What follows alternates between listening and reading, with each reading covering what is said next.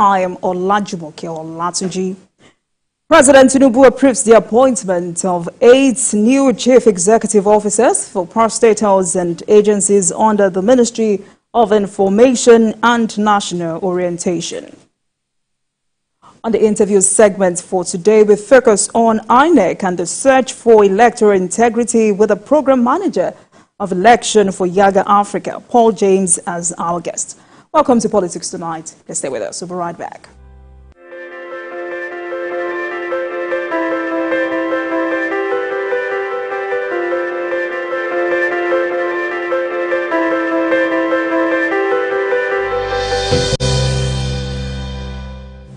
Welcome back. You're still watching Politics Tonight, digging beyond the headlines. Now let's begin with some developments in the polity.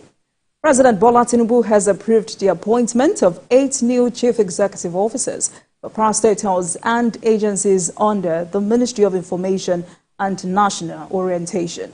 The appointees include Lanre Isaonilu as the Director General, CEO of National Orientation Agency, Saliu Abdulhamid, the Director General, CEO of Nigerian Television Authority, NTA, and Mohammed Bulama as the Director General, CEO of the Federal Radio Corporation of Nigeria, FRCN. Others are Charles Ebuebu as the Director General, CEO of the National Broadcasting Commission, Jibrin Baba, the Director General, CEO of Voice of Nigeria, VON, and Lekon Fadolapo, the Director General, CEO of Advertising Regulatory Council of Nigeria. Ali Muhammad Ali was also appointed as the Managing Director, CEO of the News Agency of Nigeria, and Dili Ezugba as the Executive Secretary, CEO of the Nigerian Press Council. The President tasked the appointees to bring innovation and create new opportunities for Nigerians to leverage upon through effective reform of these key institutions of government, which function to unify Nigerians, reshape mindsets, and showcase this great nation to the rest of the world. The Minister of the FCT, Nyesom Wike, says the administration will put a stop to illegal motor parks to curb the menace of robbery. The former governor of Rivers State spoke at a media chat with journalists in Abuja, where he said security agencies have done a lot to keep Abuja safe, adding that security is a priority that cannot be compromised. Wike also announced that tricycles will not be allowed to operate inside the city, and miscreants will be driven away from uncompleted buildings in the FCT. The FCT minister will speak on various issues, emphasized the need for deserving civil servants to get promoted as a motivation for them to do more. We are going to VEC on Monday to seek for approval for construction of some of the roads in order to make the Electoral to function very well, where people can come into the areas where they can, take the train. Because it is now, those communities that the train line will be helpful to them cannot, because there are no roads linking. So we are going to VEC on Monday to seek for the Federal Council approval for the immediate construction of these roads. There are 7 lots. President of the Senate, Godwin Akpabio, has dismissed claims of a conflict among lawmakers in the upper legislative chamber. Senator Akpabio said lawmakers are working in one accord, and the Senate has demonstrated unity and majority, even amid disagreements. He noted that the Senate is committed to supporting the administration of President Bola Tinubu to succeed. The President of the Senate spoke after he met with President Tinubu at the presidential villa to inform him about the first retreat of the 10th Senate, which will hold in Akwa Ibom State, as well as solicit the support of the presidency towards the success of the conference. No problem at all. Even if some people disagree on some of the happenings in the Senate, still it's only majority decision that eventually prevails. And Parliament is like that. But we'll never get to a point of throwing chairs. We'll never get to that point. The Senate is too matured and full of mature people. So if we have a disagreement, we immediately go into a closed session, resolve it, and come out smiling. We are politicians, no permanent hatred, but permanent interest. And that interest is the interest of the nation. The former Minister of Women Affairs, Dame Pauline Talin, has felicitated former head of state, retired General Yakubu Gowon, on his 89th birthday. In a statement issued in Abuja, Talin described Gowon as Africa's living legend, as well as the father and symbol of Nigeria's unity. She also extolled Gowon's attributes as an elder statesman, passionate patriot, epitome of humility and honesty, a prayer warrior and rare gem whose life is worthy of emulating by contemporary and future Nigerian leaders. The former deputy governor of Plateau State said the state was proud of Gowon for doing the state and the nation proud, both as a patriotic military officer who rose to the pinnacle of his career and an exemplary visionary national leader. She lauded General Gowon's relentless commitment to national service long after leaving office, his mobilizing of citizens towards prayer through his national prayer movement, as well as his continuous counseling to successive Nigerian and African leaders. Let's take a short break, and when we return, it will be time to speak with our guest of the day, who is the program manager of Election for Younger Africa, Paul James, for discussion on INEC and the search for electoral integrity. Stay with us.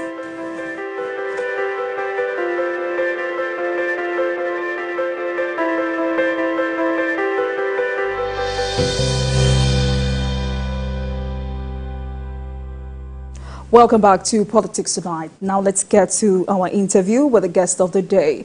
I'm joined by the Program Manager of Election for Younger Africa, Paul James, and tonight to discuss an INEC and the search for electoral integrity. Thank you so much for joining us, Mr. Paul James. Thank you. Thank you very much for the invitation. Right. So off-season governorship polls will hold in Bayelsa, Imo, and Kogi states soon. How will you describe INEC's preparations? So far, I think INEC came up with the 14-15-point agenda sometime around the beginning of the year, and they have been meticulously following the agenda to the much that we know. Last week, following what the Commission had been doing, they gave out the register of voters to political parties. And before now, if you also recall, between the 9th of September and the 10th of October, the Commission also facilitated the collection of PVCs for voters in those states that were yet to collect the PVCs.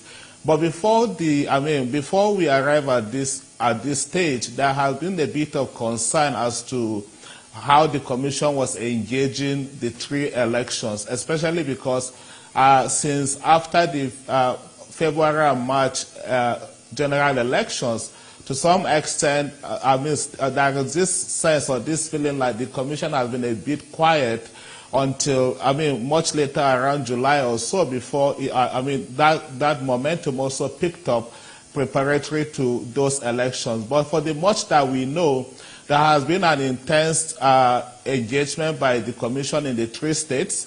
There has been efforts also by the Commission to recruit and train ad hoc staff. And of course, like I had mentioned, the PVC collection that had also happened in the three states.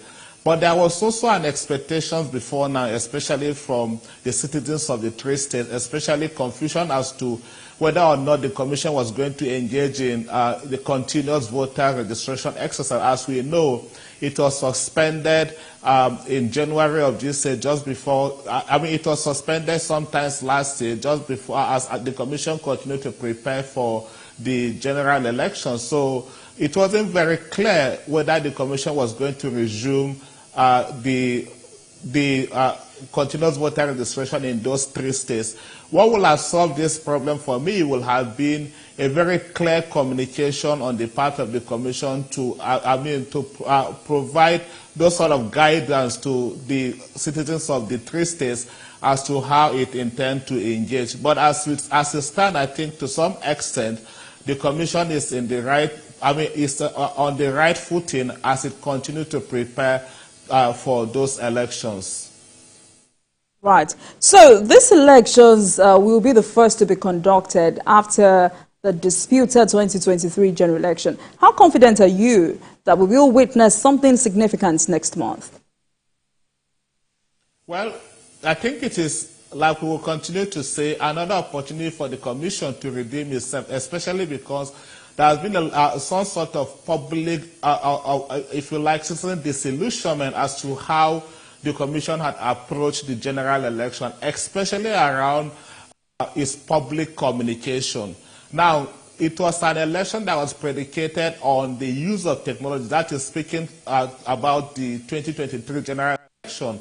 And then, as we approached the election, while there was a lot of public, there was a lot of enthusiasm on the part of young people to participate, there was a lot of public excitement that the Commission was going to do something differently.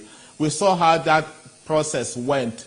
I thought the Commission didn't manage its own, there wasn't much around crisis communication or crisis management for the general election. One will expect that while, there was, in some sense, the Commission deepened the application of technology in the election. Accreditation of voters was done using technology, but what didn't go well was the, if you like, the upload of election results on the day of the presidential election. So I expected that as that was happening immediately, the Commission would have addressed the public. But what we got from the Commission that evening was a statement that says that it experienced glitch. And as we speak up to this moment, there hasn't been any form of accountability to really tell the public what sort of glitch it experienced and what it has done to mitigate that and to ensure that that doesn't also occur in the coming election. But one thing that will also have happened is that we didn't also manage expectations well. That was an election that the Commission was deploying that kind of technology on a massive scale. In January of this year, the much that we know, that the devices, that is the bimodal voter accreditation systems, were deployed across all INEC offices nationwide. There was a field test of those devices that happened in the states, but there wasn't much information about that. For locations that we were able, that is at Yaga Africa, locations that we were privy to what the Commission did and were able to observe, we noticed some challenges. For instance, there were concerns around some of those devices not connecting to network. There were concerns around some of the equipment, for instance, cameras not working, power button not working.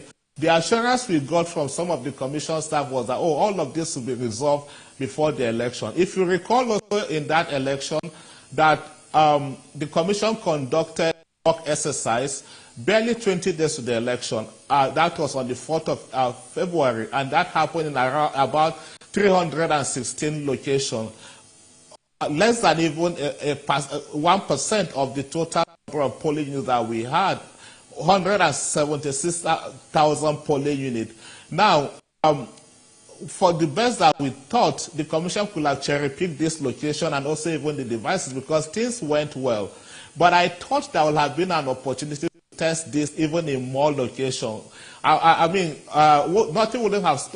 should have stopped the Commission from even making an attempt to test the devices in all of the wards. We have 809 wards. Perhaps that will give us some sense of the level of preparedness, especially the readiness assessment of the devices before the election. Again, last weekend the Commission conducted, just before this pre-election, it conducted a mock exercise. To some extent, that process also went well. But if you look at the number of polling units in these three states, Kogi have about 3,508 polling units, Imo about 4,700 polling units, Bayelsa about 2,244 polling units. Now, what is the percentage of this location that the Commission also conducted field tests? Just in 29 locations. And then, by now we should begin to talk about how many of those devices have been deployed to the states, how many of these devices have been tested to ensure that they are ready, that we also don't have a repeat of what had happened in the last election. Another point to also mention is this concern around public perception even about the commission. To some extent, confidence in the commission has dwindled. I was in Kogi State in September. I was also in Imo State in September, and I can tell you the sense we are getting from that state is that there was some sort of lethargy from the public, some sort of disillusionment you see in the air that people don't so much trust that the commission is going to do anything different.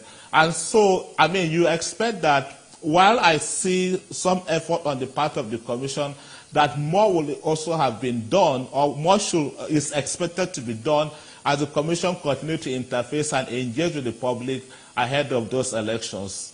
All right.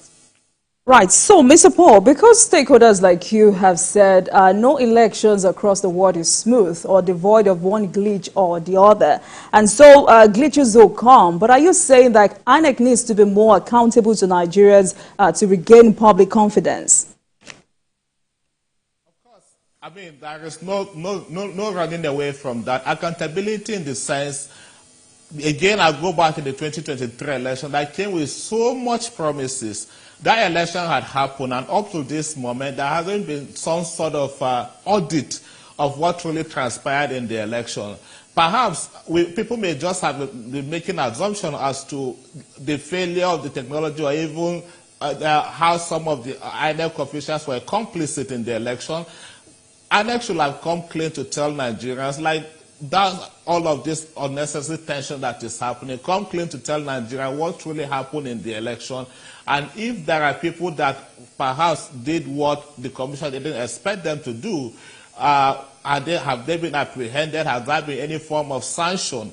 One of the concerns from that election, even as we pivot towards this coming election, is around how INEC had applied its own rules across the different locations or the different polling units.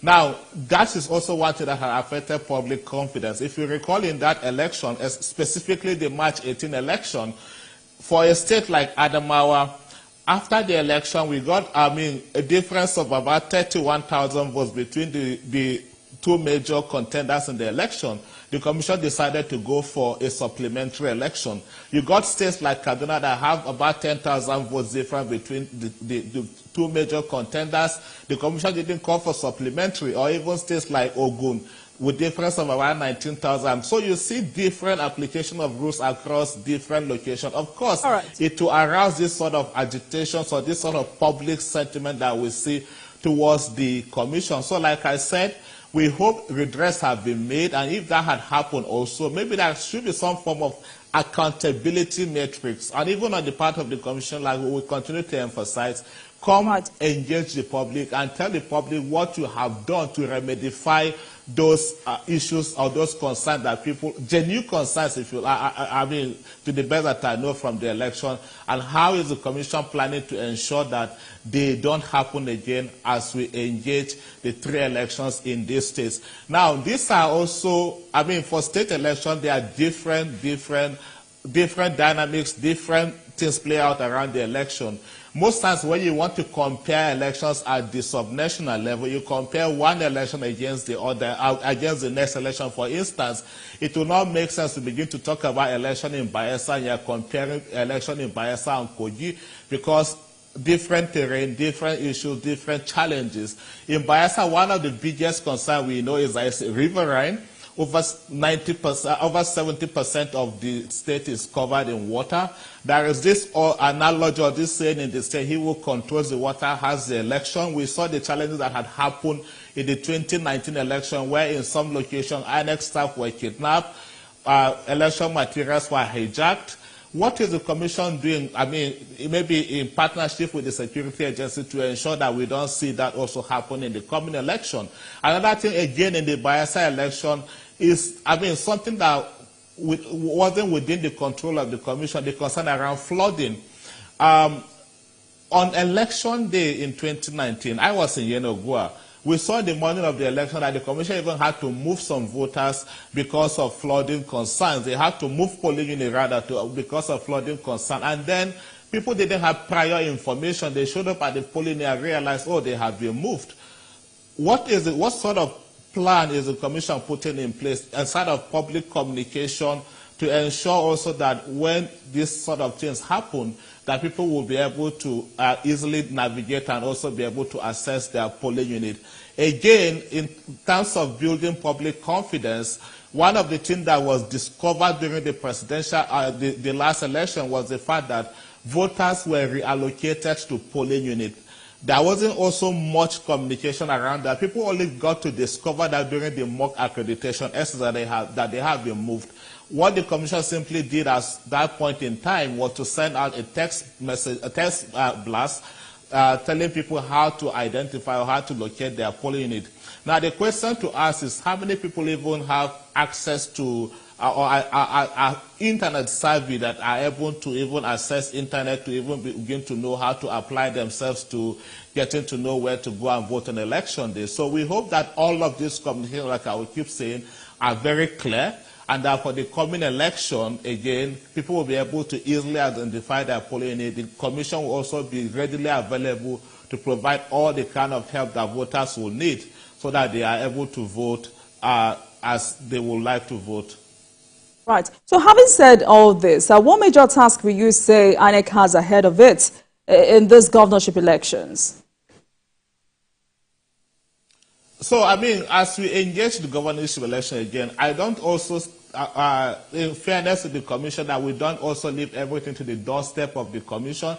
That is why you also have every stakeholder. But what, I mean, that also engages in the process, political parties, CSOs, and the likes. But what always happens around election is that people are always territorial in their conversation or engagement of the election. If you think around things about voter education, for me, which is not rocket science, voter education, voter information, as simple as sometimes even telling people where to go and vote, how to go and vote, we have provided information. But most times, you begin to see among these stakeholders, whilst a process is done and after the process, people are accusing finger at the other stakeholder. Oh, INEC didn't do well. Oh, CSOs didn't do well, and all of that. I think this is also the time that we all need to also rally around. This is also the time that the stakeholders need to build bridges and also see what will need to be done so that we can get the best of the coming election. For the political parties, for instance, they command the biggest followership. As they go about their political campaigns, let it just be more, let us go beyond the usual rhetoric that we hear around political campaigns, but more concrete engagement that tells voters about their rights, more concrete engagement that tells voters about how they should vote on election day, more concrete engagement also around how voters should know how to apply themselves to mandate protection. CSOs are doing well, I mean, to the best that I know, again, because data that we had received from Imo State has pointed to the fact that in terms of voter education campaign, the CSOs are doing more. But we also expect more from the agencies of government like the National Orientation Agency, even INEC itself, that we don't rest on our oars. This is actually when everybody needs to work towards how we will work towards regaining that public confidence in our process. Because I am most concerned about legitimacy of political offices, that the more and more people shy away from engaging in the process, the more we also open the process to abuses, because what we have seen also with some of those elections that were conducted in the past is the fact that it is when people don't even go out to engage that the bad elements within the system get the chance to manipulate it to however they want to manipulate the process. So we hope that people will not be deterred, that irrespective of what happened in the past, that people will have that confidence that when they go and engage, for them, they will also help to ensure the integrity of the process, but then also to understand that there are also people that are watching the process to ensure that their votes count and to ensure that other stakeholders do what is right by the people. All right. Mr. James, let's talk about voter apathy. I mean, this has always been a big challenge in our election. With 5.4 million voters registered for the polls in Bayelsa, Imo, and Kogi states, are we likely to witness an improvement? And what do you think can be done to get more people to vote on election day?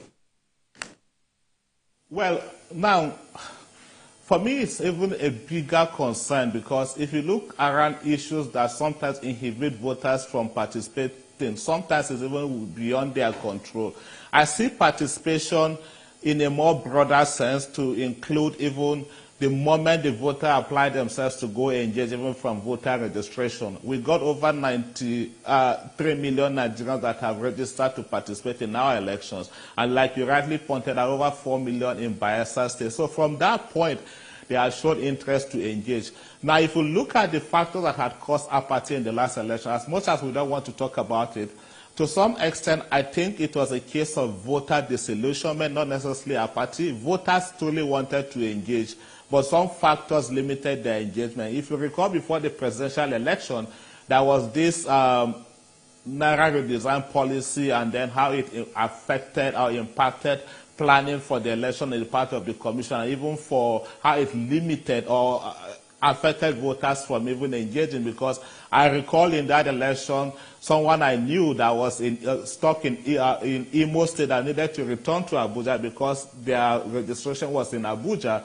They couldn't access physical cash to come to Abuja. Of course, for that, they were not able to participate in the election.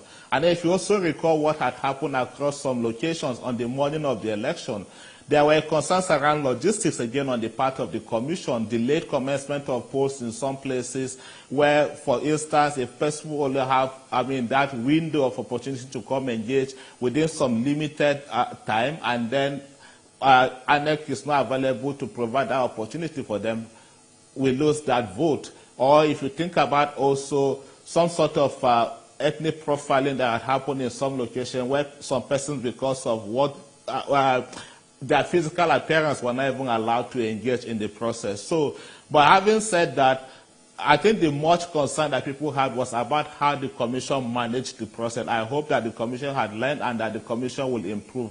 But what we have also seen is that most times the engagement for the national election are different from the subnational election. I'll give you a case in point. If you go to Anambra State, and you see the statistics for engagement in Anambra State in the national election, you see higher statistics. But when it comes to the state election, it's always under 20%, 21%, 25%, or 24% in one of the governorship elections. So it is very, very concerning that people don't take the election that are even closest to them. That for me is even the most important.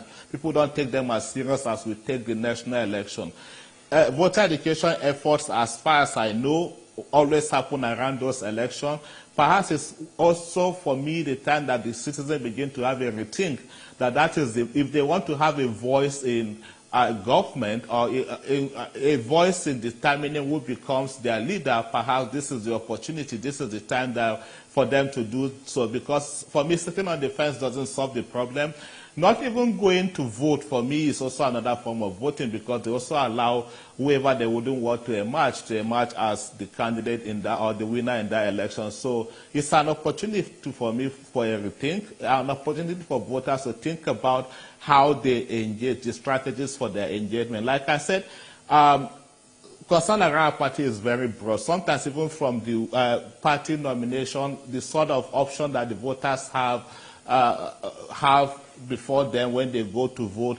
But if they truly want to engage, I truly believe that they also want to start following through all of these processes, from even party nomination. They want to be part of the process. I think it's also time that the voters begin to think about how to even engage or belong to some of these political parties, because this is where some of those decisions are made. Because what we have the primary election before we go into these other elections that we have. So if they want to have the kind of change they want or the kind of candidate they want, perhaps they need to begin to rethink about how to engage at the political party level. But then, even for the options that we have, we also have to understand that it's like mortgaging our future to whoever emerges as the candidate or as the winner in the election for the next 4 years. So to have a voice, to have a say, voters need to engage, voters need to participate. All right, so let's talk about some of the new initiatives by your organization. Younger Africa has called for Electoral Act amendments to enable early voting by essential service providers. What is the motive behind this?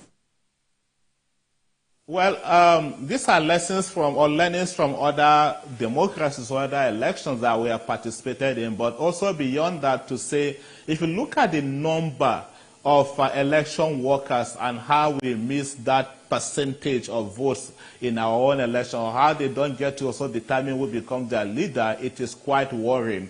Think about election observers. In fact, for this coming election alone, over 131 different groups have applied to be observers in the election according to INEC.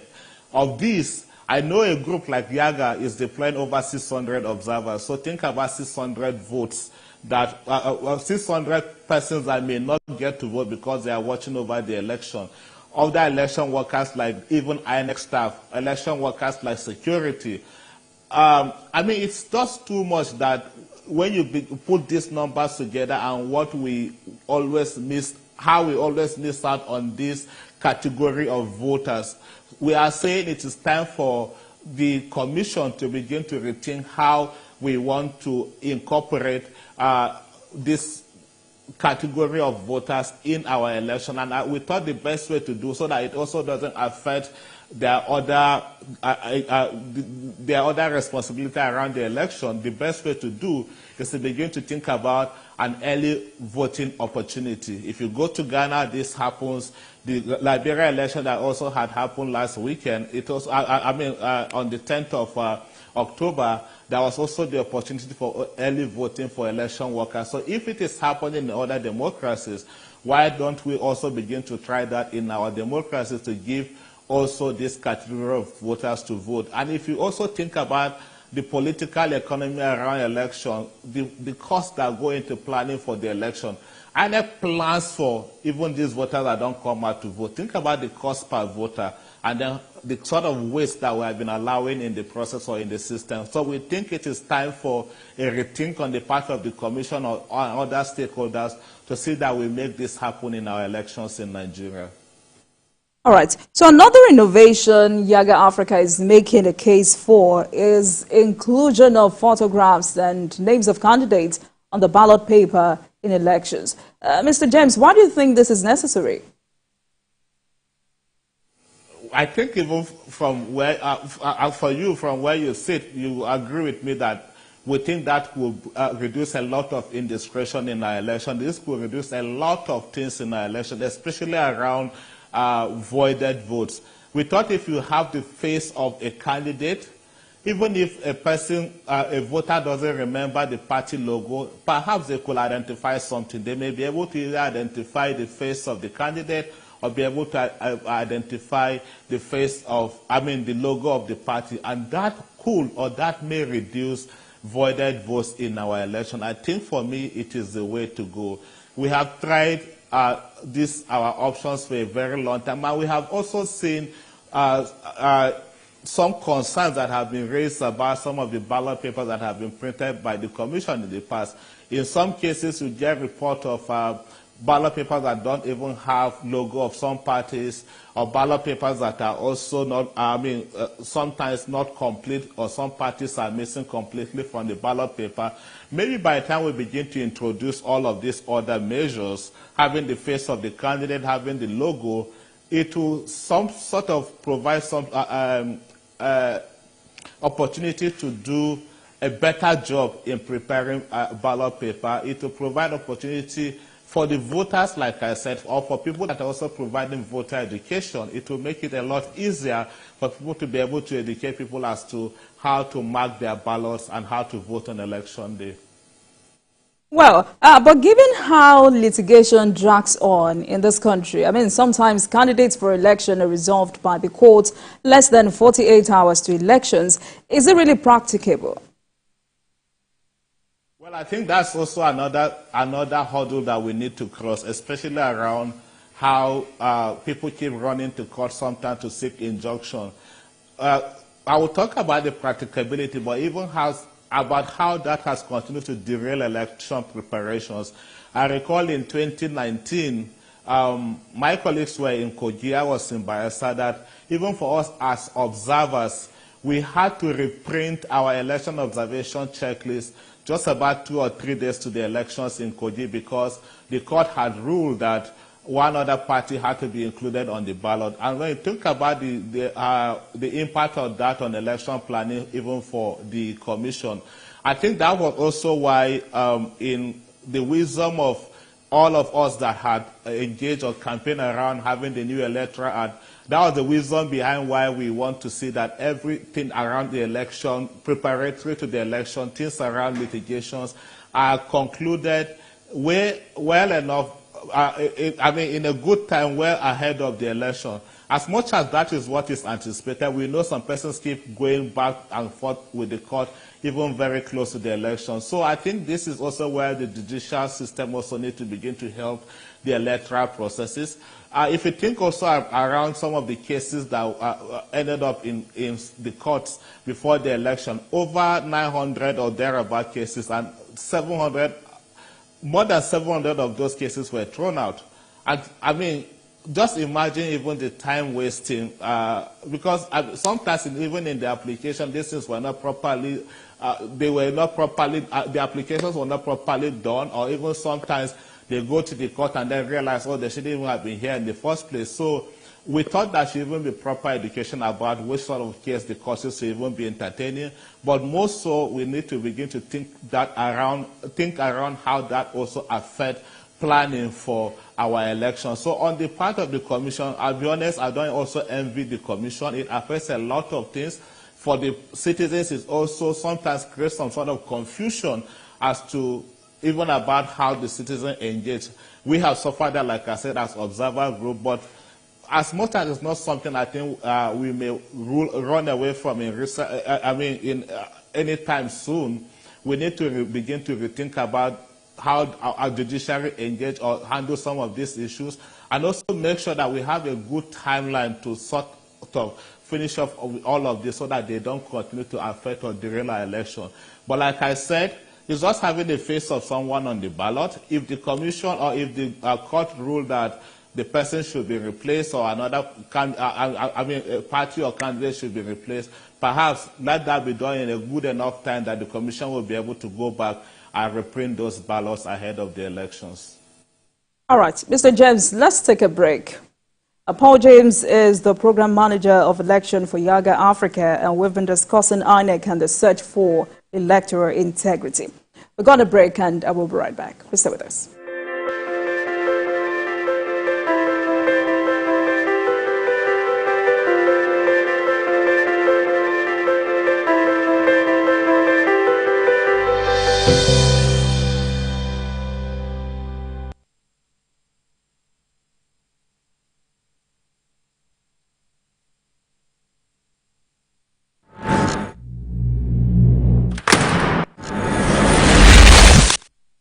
Voted as the best TV station of the year.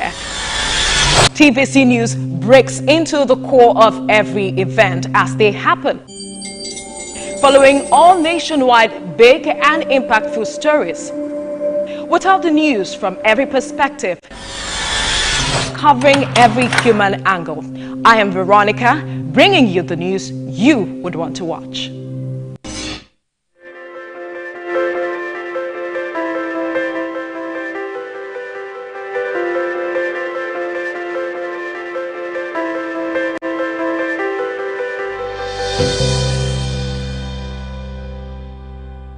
Welcome back to Politics Tonight. And tonight we focused on INEC and the search for electoral integrity with the program manager of election for Yaga Africa, Paul James. Mr. James, Yaga Africa wants a review of the Electoral Act to address ambiguities in results collation and transmission process and clarify the role of technology. Can you throw more light on this? I think this is, for us, following from the outcome of the 2023 general elections, and like I had alluded or mentioned earlier, the inconsistencies we saw in the resource management across several polling units, and also even at most of the collation centers. In some places you see the returning of, I mean, the INEC officers or the returning officers will say, oh, go and recount and come back and all of that. And then also, in some places, to see how these results are uploaded on INEC portal, not in the format or in the manner that you expect, or in some places where this is not even done at all. So what we are advocating for is that we have clear rules, clear guidelines as to how this should be managed. The inconsistencies, like I said, also in how INEC is applying these rules. The Electoral Act is clear in section 47 about INEC using any electronic means possible to ensure voter accreditation. In the Electoral Act also, if you recall, there is a part about INEC maintaining the electronic copy of the voter register, and even about the results transmission. So it's also around how there are different interpretations to this. Some places they will say, oh no, it doesn't connote that INEC must transmit, but INEC can hold a paper trail or have a backup of this in the cloud or in some place. So what we are saying is let there be clarity on the from the legal angle, from the legal instrument of our election, as to what INEC is required to do at every point, at every phase of the process, to ensure that all of, to ensure that these ambiguities are, we checkmate these ambiguities, and then we don't have people, INEC staff, INEC officials applying their own discretion around how they understand or how they understand to interpret the INEC guideline or the Electoral Act. All right. But INEC has promised to upload the results on IREV. Should voters and candidates in these states be excited about this? I mean, considering what happened during the 2023 general election. Of course, if you think also about how this has helped to build confidence in the process in some of the elections in recent past, especially in the governorship election. What I thought happened for the presidential election was perhaps the INEC needed a bigger structure, a bigger infrastructure to manage the volume of information that came from the field. Perhaps that I thought the commission wasn't ready, because if you recall, for the presidential election, more than 10 days even after the results was announced, the commission was still uploading the polling unit level results on the IREF. But if you think about other state elections that have happened, go back from Edo in 2020, Ondo 2020, the election that happened in Ekiti and Osun, all of those elections, even Anambra in 2021, on the average, by 10 p.m. on the day of the election, INEC will have uploaded election results from all of the locations on the IRF. So I think voters should have confidence that this is going to work based on what we have seen from the governorship elections of the past, that INEC also will not disappoint. But again, like I said, I think what is most critical, what is most important is public communication around it. Why this came up, it was the fact that I think there was some communication from one of the INEC commissioners that the commission was not going to do electronic transmission, and then there was confusion around what does INEC mean by not doing that. What INEC simply mean by that was the fact that we still do paper trails in our resource management processes, meaning when elections are conducted at the polling unit, when they are concluded at the polling unit level, the INEC officials at that level will complete the Form EC8A for the polling unit level results, and then a snapshot is taken and then it's uploaded on the IRF, meaning you will still have the paper trail that is given to the political party agent, that is also given to security at that level, and then before that is uploaded. So a simple and clear communication, or even having a flow chart, some diagram that INEC will paste in strategic location that communicates how the process is going to play out, how INEC is going to engage the process, I think will have solved all of this unnecessary tension that we saw in recent time in the polity. So we want to give INEC the benefit of the doubt that based on what we have seen in other governorship elections, we thought the commission did well in managing the upload, that is also going to do the same in the coming elections. Right, so INEC has also expressed concern over insecurity ahead of these elections. What do you think can be done to improve security in the states? Well, I think this is also very concerning, especially if we think about the state in the southeast and also some of the threats that we're beginning to see in Kogi State. Very concerning because if the election is happening in that kind of atmosphere, it's going to affect voter participation in the election. One of the things that we are beginning to see in our recent election is that to some extent, insecurity is beginning to be weaponized in our election, and sometimes we feel like the merchants of this insecurity are very deliberate about it because you will see or hear so much around or about these insecurities in the build-up to the election, but when election day comes, you don't see or get to hear much about it. And again, if this is happening in the build-up and the voter will have made up their mind that based on what they are seeing, they are not going to engage, of course, it then affects, like I said, the participation of that voter. But what is also very concerning is the uncertainty around whether election will even happen in some location based on what we are already noticing or we are already seeing. In a state like Imo, as we speak, the INEC office in Osu local government has been temporarily relocated to the state headquarters. I don't know whether they have returned to the local government, but as of the 15th of September, when I was in the state, I knew they were operating in the state headquarters. That was also where they facilitated PVC collection for voters from those local government. Now, there is even confusion whether or not election will happen in the local government, based on the fact that now INEC is also operating in the headquarters. Two, for us even as observers, we were unable to even go to the local government to even recruit observers for the election. As we speak, there are about other 4 or 5 local governments that some of part of the local government are not accessible.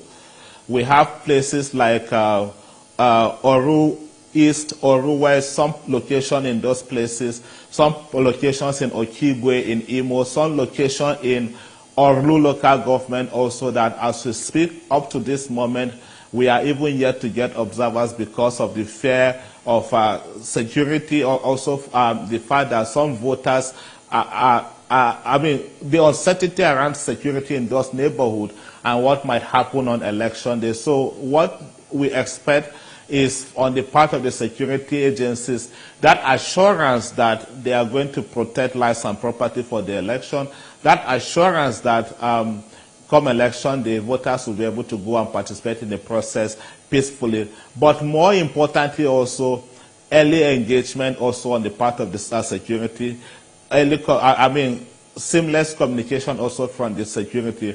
What you see most times is that until the week of the election, before you begin to see security around, you see more deployment of security and they begin to do what they call show of force. And I expect most time that this show of force will also have been done earlier so that it will, sort of provide assurance to the people that the security is ready, and for anybody that will, any bad element that will want to do whatever is untoward around the election, perhaps that will also serve as a warning sign for them that the security will be ready to deal mercilessly with whoever is going to disrupt the process. I think that is very critical. That is very important. For a state like Bayelsa, what is concerning in the state also is the fact, like I had mentioned, there is this saying that he who controls the water has the election. Now, if these waters are in the control of the bad elements, I don't know yet, but then you also need the assurance from the security that they are on top of issues in the local government, because what we saw in 2019, for instance, was not very encouraging. For us as observers, we even at some point had to send support from Yenogua to go and rescue some of our observers in the field that were stuck in one of the community. So, INEC officials in 2019, like I said, were kidnapped, election materials were hijacked. You don't want to begin to continue to see a repeat of that in our election. It erodes public confidence, even on the part of the people that are administering the election or managing the election. If they don't feel safe enough to go and engage the process, it's also going to affect their performance on the election. So we expect this clear communication on the part of the security around what they are doing, one, to ensure safety, what they are doing also to ensure that, voters will be able to go out on the election day to engage, even before the election. That, you have to have a secure environment before people are able to go out and engage. All right. So let's talk about another major challenge in our electoral process, which is vote buying and selling. Like others would say, vote trading. How do we tame this monster? Well, I think it depends also on how you want to look at it. Some persons will tell you that we're having that now as a conversation in our election. Is a pointer that our elections are getting better, because in the past, past history of our elections will still be ongoing and you hear results have been announced. But now we're in an era where you even have to go and look for the voter and begin to induce the voter to go and engage.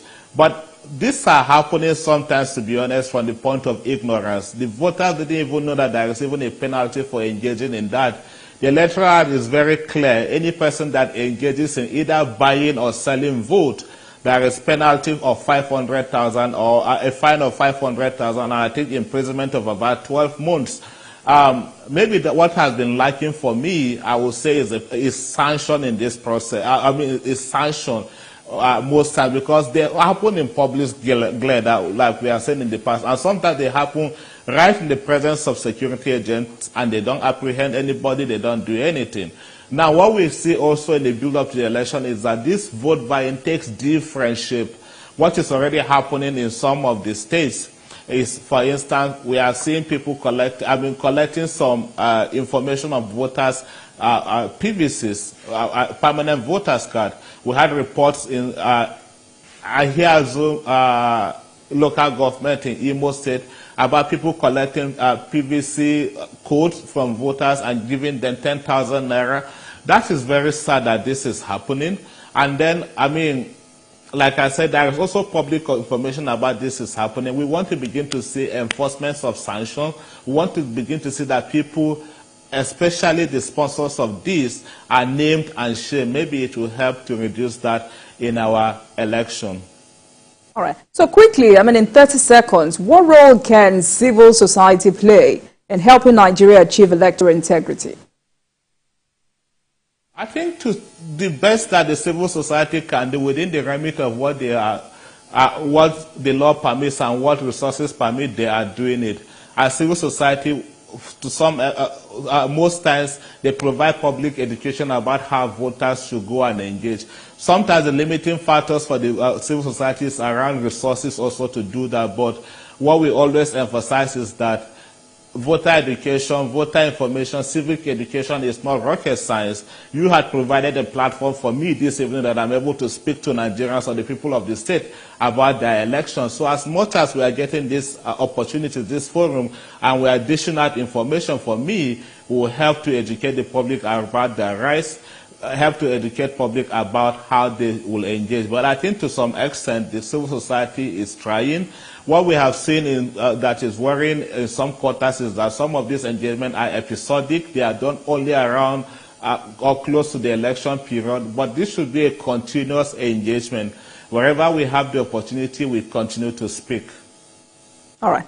Thank you so much, Mr. Paul James, Program Manager of Election for Yaga Africa. Thank you so much for joining us on Politics Tonight and sharing your wealth of expertise with us tonight. Thank you. We sincerely appreciate that. Thank you so much. For the opportunity. And thanks a lot for watching. That marks the end of today's episode of Politics Tonight. But the conversation continues from here. Get in touch with us on X at TVC News NG and at Olajumoke using the hashtag Politics Tonight. We're also on YouTube at youtube.com/TVC News Nigeria. I am Olajumoke Olatuji. Good night.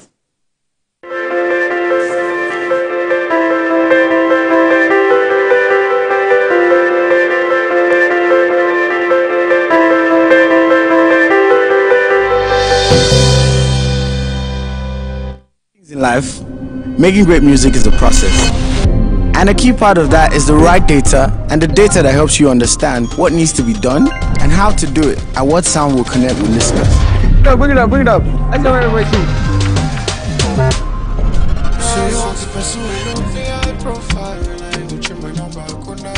Whatever aspect of life you're into, enjoy the journey.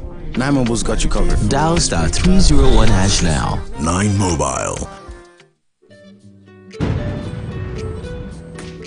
Bye, Mom. He's going to play in this weather?